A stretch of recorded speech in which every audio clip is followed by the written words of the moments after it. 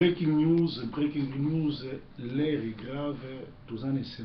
parce que Basango, toujours quand à côté à Est à Congo, ils ont confirmé que l'opposition Nabiso, en tout cas, il faut bâtir la blague, l'opposition Nabiso, il faut bâtir qui collabore, parce que Basango, toujours qui est à malamoté. Message de M. Lelo, toujours le là. Pourquoi Kabila ordonne à nos soldats, c'est-à-dire les forces armées congolaises,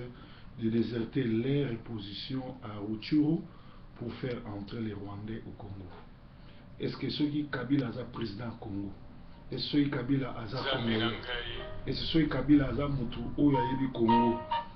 Allô? Ouais. Bon, on a en direct à la breaking news, si ça comme ça, tout le monde là. Problème. Merci. Bandeko bolimisa ezali ba news toujours quand ngwana tokoki ko kata téléphone à motuté toyoki pe toujours continuer.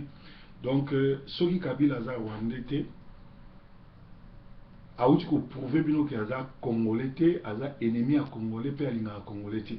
Na limite un président ya Congo, un président ya mboka akoki kondima alongola ba soda na ye atika ba soda Rwanda bakota na mboka baboma bapiller bayiba minduki et bino bolobi mutu ndenge wana azali président na bino et opposition na Congo ezolobela eloko moko te, parlement ezolobela eloko moko te, Sénat ezolobela eloko moko te, et pourtant mikolo tout na uti kokebisa bino ke bautaki kosigner accord ya armée rwandaise et ya na Congo ezoya na Congo te pona bolama ba Congolais mais ezoya pona kobebisa ba Congolais. Bayebisi biso ba information tout ça nango awa selon des sources militaires au Nord Kivu. Cette attaque a eu lieu très tôt le matin, donc le 25 septembre 2015 vers 3 heures du matin, c'est-à-dire les soldats rwandais infiltrés au Congo sont passés à l'attaque et bah, ils ont attaqué quand il y a Rumangombo, les camps militaires de Rumangombo et où ils ont occupés par M23, ils ont attaqué par les Rwandais. Tout le monde vers 3 heures du matin. Le bilan a été très lourd de côté de FARDC. Selon notre source au sein de FARDC, plus de 15 femmes, 20 militaires, dont un capitaine et un lieutenant ont perdu leur vie lors de cette attaque. On a parlé aussi de plusieurs blessés. Les assaillants ont occupé les camps militaires de Rumangombo pendant quelques heures, juste le moment d'emporter les armes et munitions, au moment où les camps militaires de Rumangombo étaient sous le contrôle des éléments de l'armée rwandaise. Une autre unité de FDF a lancé une attaque sur une position de FARDC au bord du volcan Nyamuragira, mais le bilan de cette attaque n'est pas encore connu. C'est-à-dire, Namukolomoko, la position à Congolais a attaqué dans deux fronts. Balobi na front sous ya quand Rumangobo ba attaqué kuna au moins plus de 30 personnes ba koufi ba Congolais. Pe na même moment kaka ba Rwandais sous ba attaqué ba Congolais na biso ba na position ya volcan ya Nyamuragira. Donc Nyamuragira. Donc kuna bilan na nibanité. Ce n'est pas la première fois que Joseph Kabila joue ses jeux avec Paul Kagame. Lors des rébellions de CNDP de Laurent Kunda en 2009, le FARDC ont subi plusieurs défaites causées par la trahison de Joseph Kabila qui voulait livrer les armes aux rebelles de Paul Kagame. Et voilà, l'histoire se répète. Il reste maintenant à se demander si les soldats congolais comprennent que leur misère provient principalement de leur gouvernement et surtout du président de la République et commandant suprême Joseph Kabila, bon entendeur. Donc, awa ezali mbala liboso te Kabila sala G oyo Kabila sala en 2009 lié na Paul Kagame, c'est-à-dire Kabila somba ba arme tolobaki na Congo problème makasi eza Kabila. Kabila ndi aza très Kabila ndi azosala haute trahison na Congo, mais bato mosusu bazali bazoba ezali ba soldat na biso. est-ce que basoda na biso bazoyeba ke malheur na bango ndenge bazosisa bango nde baoboma bango moto azosala yango eza moto aza président na bango na république parce que aza congolais te aza rwandais ayaki te mpo abongisa congo ayaka mpo abebisa bacongolais yango omoni asilisi basoda nyonso mobutu aforma asilisi bacommando asilisi bacolonel basilisi bamamadou combien de fois mamadou abunda kote kuna mpona kobengana barwandais combien de fois mbuza mabe abunda kuna puis bato wana nyonso tu bakufaka batiaka bango bapoison mamadou nde babetaki roquette tout simplement parce que alingaki te kozonga comment yoza chef de l'armée yozali chef yozali commandant suprême pays na bino eza attaqué oza na mboka na bino ozosenga basoldat na yo balongwa na front batika mboka mpo benemi bakota ndeko na nga makambo tokokenda yango tiop eza soni ezosala soni na mboka na biso ke biso bacongolais eza so akobomba te kabila azosala yango au sud de tout le monde azosala na clair ke aza rwandais aza congolais te aye mpona kobebisa mais lelo oyo badidi etumba base retrouve bana bapoison mpona nini parce que baa basoda ya babolole comment yoza soldat mobimba bakotisa oyo na lisolo moko motu moko aza un caporal aza na niveau nete asala kaka 2 mois na formation na Chine adirigeaka yo anyokolaka yo asilisa baelema na yo yo ovandi olobi oza général olobi oza colonel oza général donc ezali mawa mingi balobi ezali mbala liboso te Joseph Kabila na Paul Kagame basala likambo oyo l'ère ya rébellion ya Kunda ya Laurent Kunda na 2009 soldats congolais basibisaki défaite causée par la trahison ya Joseph Kabila ou azako yebisa soldats balongwa na position ou azali kopesa koteka bango po bazwa attaque moko ya surprise ko ute pa ba Rwandais bandeko na ngai ezali mawa mingi pona makambo oyo ezoleka na Congo ezali mawa mingi ezosala ndenge wana retrait ya FARDC na Rutshuru la population inquiète réclame le retour de soldats congolais na Rutshuru na côté ya Rutshuru parce que bazoboma kuna mingi bazoboma bazonyokola bazosala ndenge wana or makambo nyonso tu mutu azosala ngo nani eza nango mutu musu te ezali mutu oyo bino bobengi président ya Congo nde azosala biloko wana ye nde azotrahi mboka ye nde azosala baaventure oyo nyonso tu ye azosala wana donc ezali mawa mingi ezali mawa mingi basoda congolais basengi bango FARDC basengi bango balongwa na baposition na bango nyonso tu ya Rutshuru nani asengi bango pour quel intérêt mutu azo travailler et basoda wana pourquoi bazo comprendre te ke mutu azo boma bango eza Kabila esengeli ba changer les positions esengeli ba boma ye to ba juger ye parce que aza ko travailler na ennemi pona ko boma mboka pona ko envahir mboka tokolobaka na monoko nini tokolobaka ndenge nini bino mo bozomona makambo ndenge zomonana ezali au vu et au su de tout le monde bazolo bango clair bato nyonso bayebi masolo oyo mais ata mutu moko azo ko telemate na côté armée po na ko telemela bakonzi oyo ya lokuta ya ba traître oyo bazo ya kosilisa ba congolais akomi kokufa lokola mwana ndeke congolais akomi kokufa lokola azanga famille congolais akomi kokufa lokola azanga ndeko mawatro batindi message balobi les soldats de FARDC ordonnés de déserter toutes leurs positions dans Rutshuru nani apesi bango ordre ba déserter ba position ya ko défendre mboka et mutu o azopesa ordre wana est-ce que azali ennemi to ami ya congolais il y a peu de jours où précisément le 24 septembre 2015 to informaki bino que ils ont un accord moko esalami entre Joseph Kabila na Paul Kagame et qu'on permettre armée rwandaise et ya officiellement na RDC et pourtant bazalaka déjà babatamaki na bango. Un jour après l'officialisation de cet accord à Kigali, les éléments de l'armée rwandaise déjà infiltrés sur le sol congolais ont lancé une attaque sur le camp militaire de Rumangobo. Ils ont plus de 30 personnes après cette attaque qui a causé plusieurs pertes en armes et munitions, les informations qui nous parviennent du Nord Kivu nous révèlent encore un autre complot commandité par les hauts commandements, c'est-à-dire Kabila lui-même. Il faut attendre le commandant suprême Joseph Kabila. Ce complot consiste à ordonner tous les soldats FARDC occupant des positions dans les territoires de Rutshuru de les déserter et regagner la ville de Goma avec toutes leurs armes. Comment Moutalobi Aza président Congo? Comment Moutalobi Azali président ou Azali chef suprême, il y a armée congolaise, Azali garant, il y a territoire, il y a pour protéger territoire, bas civil, population, armée, n'a bien à Bango. Mais il y a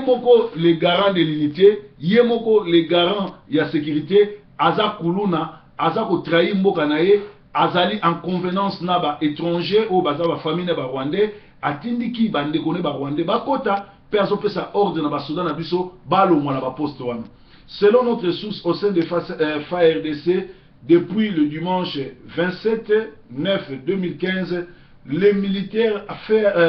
FARDC ont tous quitté leur position dans les territoires de Rutshuru et les camps militaires de Rumangobo s'est complètement vidé de ses occupants pour prendre la direction de Goma, c'est-à-dire il n'y a aucun soldat congolais sur l'axe Goma-Nirangongo, Rutshuru. Par contre, on signale plusieurs centaines de soldats rwandais qui ont franchi la frontière pour prendre des positions sur le sol congolais. Wapi opposition, wapi Sénat, wapi société civile, wapi parlement. Donc, nangonga oyo, biso tozo koloba awa, na Congo na Kinshasa ba vandi bazo bina bazo mela, me Kabila akoti sisi susu ba Rwandais na mboka. Kabila akoti sisi susu ba armée rwandaise na mboka, oyo bazui possession ya axe, balobi axe Nirangongo, Rutshuru, Goma, ba côté kuna tout ezali sikoyo occupé par ba soldats rwandais, pe ba yebisi ba soldats congolais ba bima, mais ba tola le ba ye, ba piller, ba violer, ba bomi. Mutazo tinda ba onani Kabila oyaza censé ko protéger ba congolais, oyaza censé ko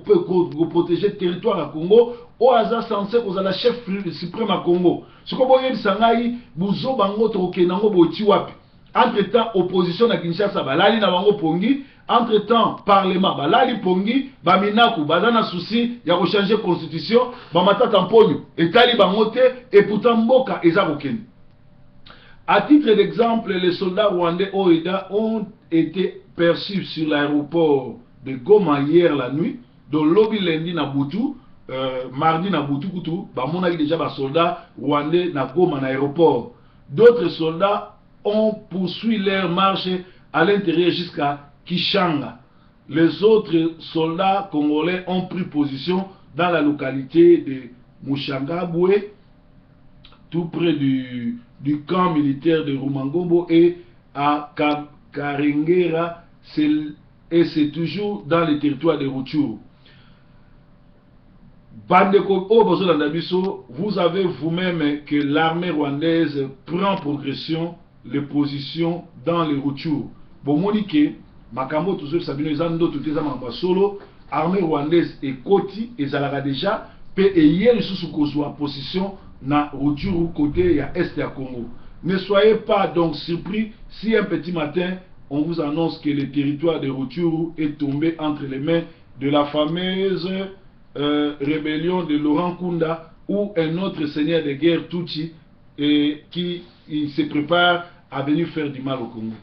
Donc, Makambo ezo salama, eza science-fiction te, eza loko bakosite, eza makambo solo o ezo salama na Congo, ezo senga Congolais, vraiment totalement, parce que Joseph Kabila asali eloko oyo, ya kolakisa bino ki aza Congolais te, alinga ba Congolais te, azomona biso neti ba tute, parce que na armée wana, ba soldat oyo,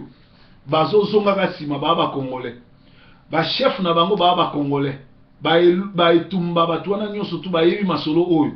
ba Congolais. Mais pourquoi bazo collaborer na ba Rwandais? Pourquoi bazo permettre eloko bongo esalam? Parce que bazali ba soldat ba bololé, parce que batu wana futo lekisa bango na ba arme, parce que bazali ba ennemi ya Congo, parce que oh bango bazo sala ezana soldat moko te na Brazzaville a Rodimango, soldat moko te na Kinshasa na mboka mususu a Rodimango, sauf na Congo ezali mawa mingi po ete makambo oyo ezosala na mboka ezala ndenge wana.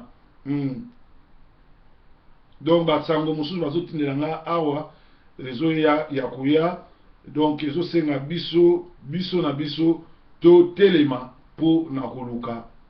kobengana bandeko oyo bazosala likambo oyo mutu azosala likambo wana ezali nango mutu mosusu te ezali Kabila ye moko. Ça m'étonnerait na yoka ke na IDPS bazozela toujours dialogue na bango. Ça m'étonnerait na yoka ke opposition ezozela Kabila ti na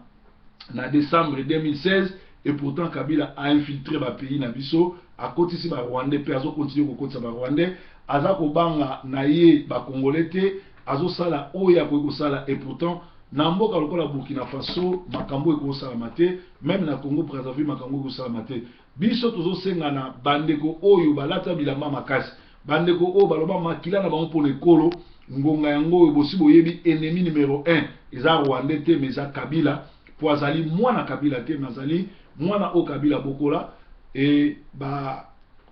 communauté internationale ONU bazana ba rapport basala pona oyebisa bino ba crime ya sala États-Unis ezozela ye CPI ezozela ye mais to compter sur bango te parce que bango nde bato batiaki na pouvoir ezosenga biso mo ba Congolais to silala na mutu oyo parce que azoboma biso azohumilie biso azonyokola biso tala sikoyo a comprendre que lokola glissement et salamité ezosimba te constitution ko changer ezosimba te toyebisaki bino déjà azo préparer le chaos azo préparer kosala guerre na Congo yango wana bino ba Congolais bino ba soldats congolais esengeli botelema bo s'organiser na ndenge ya ko arrêter mutu oyo atika konyokola biso ezali mawa mingi en passant dans un message musu batindeli na ligne awa notre frère combattant compagnon d'élite Radek suprême entre la vie et la mort dans un hôpital de l'ANR de Kalev Mutombo à Kinshasa. Tous les musiciens collaborent à Kinshasa complices de son arrestation arbitraire. Chers compatriotes congolais et congolais, congolaises et congolais, pour Nanini Tobosani Ndekonabiso, chanteur, rappeur Radek Suprême, Ndekonabiso Radek Suprême Azalaki, kidnappé depuis le 19 mai,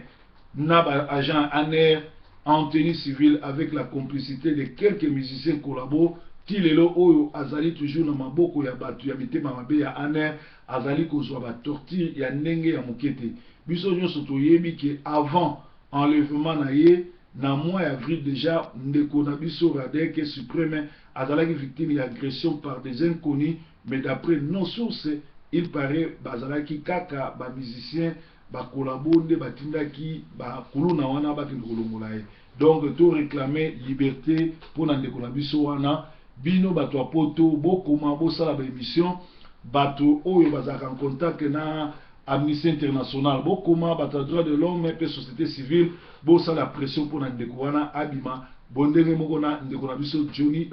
Diomi Ndongala pe azali bongo na prison et pourtant asali eloko moko te. Donc uti koloba awa Congolais eza mawamingi mafuso na Congo Kabila akotisi ba Rwandais ba bomi sous ba Congolais ba récupérer côté Rutshuru pe apesi ordre na ba soldats congolais ole ba attaquer mais ba longo na position wana eza ba je abanda kosala banda kala. Alors mutu ndenge wana na éviter pourquoi bozolinga kozela ye tina 2016 pour déposer et pourtant azo travailler non pour ba intérêt ba Congolais mais azo travailler pour na ba intérêt ba Rwandais azali ennemi à Congo parce que yemoko azali bongo kusala haute trahison oyo ezali kokende na peine de mort. Congolais mutu atenya makasi soldat congolais sikano sozali Kabila azali mbodi te, Kabila azali terminateur te, Kabila azali nzambe te, azali pe satana te, c'est-à-dire akufaka azali moto azali pe moto na bozoba, c'est-à-dire lisasi pe gogozwaye. Pourquoi soldat moko te boyebi complot eza so bomba te boyebi ke yenda za problème na Congo, pourquoi bozo koka kosila na été? Pourquoi mboka na biso ezali humilié ti na niveau ya boye que soldat na biso boyebi déjà que mutu wana za ennemi ya Congo, boyebi déjà que mutu wana alinga na Congo te, mais bozo tikaye à continuer ko massacrer, à continuer ko kotsa bandeko na Congo, à continuer ko sakana biso. Entre-temps bozo lobake toujours zelaye akende na 2016 na décembre akokende te azo continuer ko renforcer force na ye, azo continuer ko renforcer bandeko na ye pona kosala ba Congo mabe. Ndeko na biso la kwanzila ndeko na biso Maréchal Nekongo, ndeko na biso Freddy Wanga bayembi banzembo ya révolution, bayembi banzembo ya kosensibiliser ba Congolais pour na koyesa bino ke ezali ndenge wana te foto telema to bengana ba Rwandais, mais ezali mawa mingi ke to mona biloko ezoleka na 21e siècle. Mutu o aza censé ko protéger armée, ko protéger ba citoyens ba bien na bango, a commis traître, alakisi yango mbala moko te mbalebele, mais bozo tikaye. Normalement parlement na Sénat fallait ba destituer pour na haute trahison ya mboka, mais to éviter pourquoi azo survive tisiko, to éviter pourquoi ezo salama ndengo wana. Alors tozo benda matoi na opposition, oyo balobi bazo opposition, et comme si biso ndeko Gabriel Mokia oyo mataki makasi aye ko sala déclaration andimi siko ko dialogue na mutu oyo azokotisa ba ndeko na Rwanda ya Rwanda na Congo pour na bon ba Congolais na éviter so bosolo na masoloni. Donc ntango ekoki ekomi siko ngonga ya armée na biso boza ba soda bolapa ndaye ke makila na bino pour ekolo bolapa ke bokufa pour ekolo ngonga ngo ya ngoyo bo tourner va père bo kangela biso Kabila bo stopper makambo ezo salama na côté ya este ekozala malamu pour na ba Congolais ezali mawa mingi pour na makambo wana oyo nyonso ezoleka na Congo. Tozo zela sous eloko mususu te na IDPS, tozo zela sous eloko mususu te na opposition, tozo zela bino bo sensibiliser peuple bo landa makambo ezo salama na Burkina Faso pour na kobenga na Kabila. Soki bino bozo zela ye ti na fin ya mandat na ye oyo bopesa ye te, alors boyebake toko continuer à kozalaka toujours kaka na kati ya bilobaloba na kati ya kolelaka lela yoza malamu. Criminel Kabila y compris ba bande de quelques assassins congolais n'arrête pas de faire vos ménages diaboliques contre le peuple congolais, mais sachez que les éruptions volcaniques se produisent que lorsque la lave et des gaz sont expulsés d'un volcan et n'avertit souvent pas les jours de son explosion. Try to get your mind around that one day Congolese people will surprise you. C'est-à-dire que esengeli na Congo na Kabila na groupe na ye ya assassin ba Mende, ba Boshabe, ba Minaku, ba Matata Mponyo, groupe abatwana surtout bazali groupe ba bandi, groupe ba criminel o bazobo ba Congolais, ba yeba ke volcan l'air ekitaka. Soko vandi kola volcan et la karaté mukolo ko exploser. Alors boye ba ngo que un jour ou l'autre calamité volcan eko exploser pe ekozala pasi pour na bino nyonso parce que ba jeno sobozo sala toyebi yango lelo oyo mutaza suso bazate toyebi masolo na bino nyonso toyebi makambo nyonso bozo sala pe toyebi nde tokosukisa bino.